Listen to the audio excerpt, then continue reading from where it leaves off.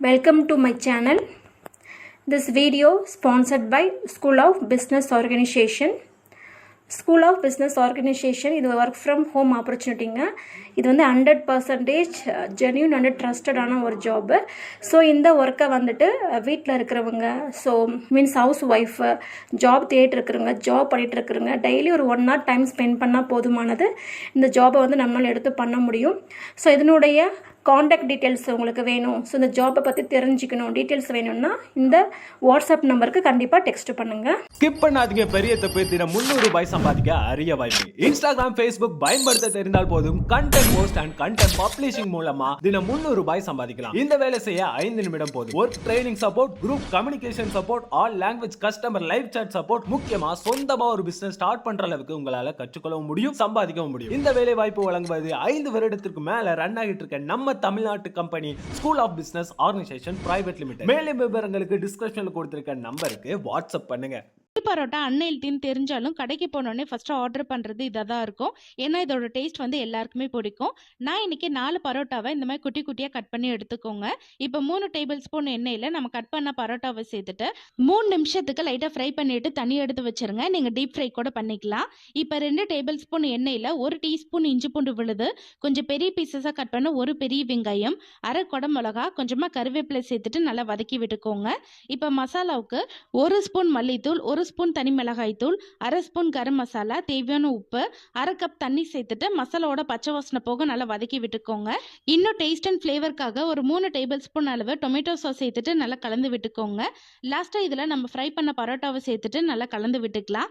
இப்போ பொடியாக கட் பண்ண கொத்தமல்லி சேர்த்து கலந்துட்டிங்கன்னா சூப்பர் டேஸ்டியான சில்லி பரோட்டா ரெடி. கண்டிப்பாக ட்ரை பண்ணி பாருங்கள். அடுத்த வீடியோவில் பார்க்கலாம். சாதம், சப்பாத்தி, இட்லி, தோசைன்னு எல்லாத்துக்குமே சூப்பரான சௌ கிரேவி தான் பண்ண போகிறோம்.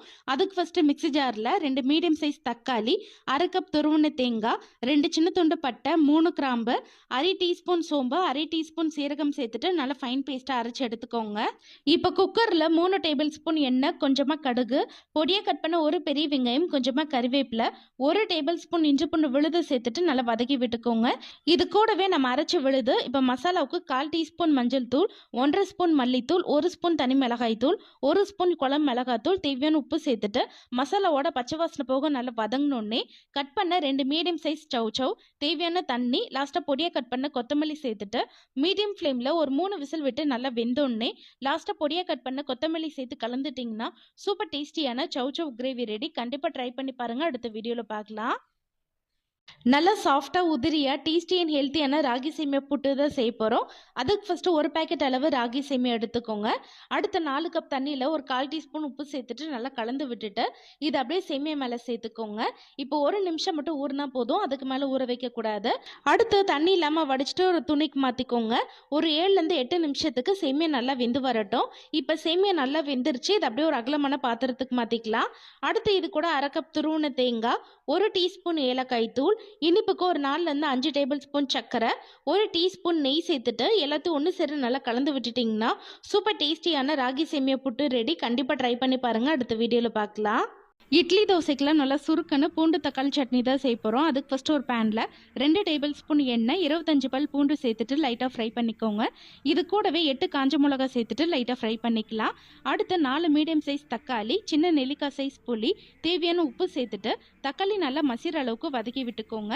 இப்போ அடுப்பு ஆஃப் பண்ணிவிட்டு கம்ப்ளீட்டாக சூடு ஆறினோடனே ஃபைன் பேஸ்ட்டாக அரைச்சி எடுத்துக்கோங்க. அடுத்து 2 டேபிள் ஸ்பூன் எண்ணெயில் கொஞ்சமாக கடுகு, கருவேப்பிலை, 2 சிட்டிகை பெருங்காயத்தூள், நம்ம அரைச்ச சட்னி, கொஞ்சமாக மட்டும் தண்ணி சேர்த்துட்டு ஒரு கொதி வந்தோடனே அடுப்பு ஆஃப் பண்ணிட்டீங்கன்னா சூப்பர் டேஸ்டியான பூண்டு தக்காளி சட்னி ரெடி.